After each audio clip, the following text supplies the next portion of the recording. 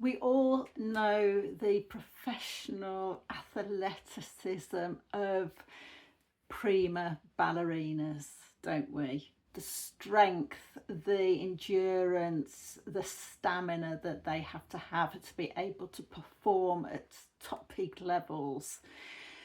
And you may not never heard of Stephen McRae, and I hadn't until I watched the documentary about him the other week, about his road to recovery after his Achilles tendon snapped while he was playing Romeo in Romeo and Juliet.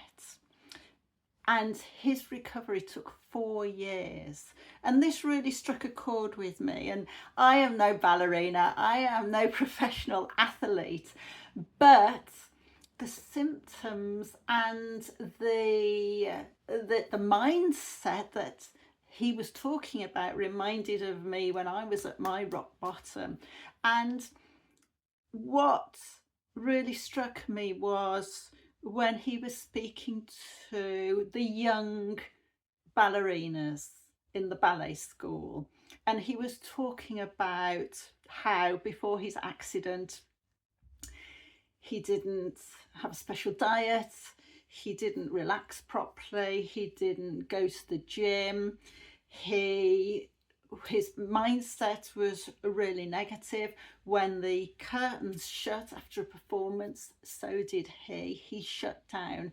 But also he was very open and honest that he knew there was a problem with his Achilles tendon, but he didn't do anything about it. Or the only thing he did do about it was go from training session to training session, from performance to performance, on pain relief.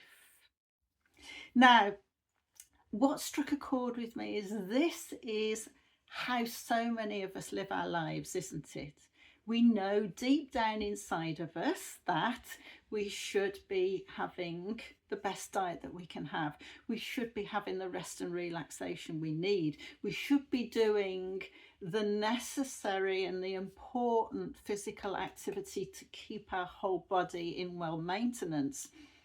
But we continue to ignore it, don't we? We continue to ignore the niggling aches and pains that keep cropping up. We continually ignore the symptoms of anxiety and stress through turbulent times, through a crisis, through a traumatic event, or just managing to get through day-to-day life. But then suddenly, bam, something happens, you fall to the ground, and your whole world feels as if it has collapsed. Just like for Stephen, this ballerina, his whole life collapsed. But the important thing here is that, and this really comes through in the documentary, that it was his wife who had to pick up the pieces. He had small children. He couldn't play with his small children. So his wife was doing all the work around managing the household, managing the children, making sure that he was well looked after so that he could get his recovery. But it wasn't until his Achilles tendon broke that he realised the importance of all of these other things that he had to introduce into his daily regime to help him get not only through day-to-day life, but to get back on stage and to get back to being the principal dancer that he had always dreamed of, and to fly across the stage, which is what he had always dreamed of. And so if you are struggling at this point in your life where the drudge of the past is dragging you down, what can you start to do to leave it behind?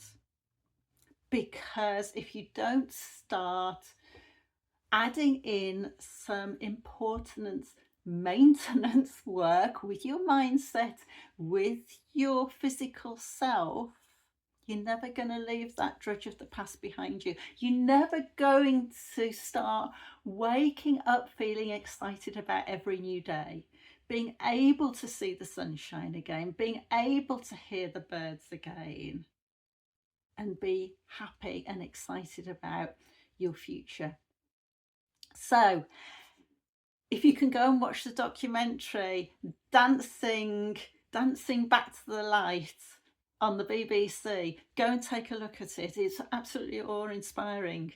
But also, what are you going to do to start making a change to how you feel about yourself and your life? Leave a comment. I'd love to hear.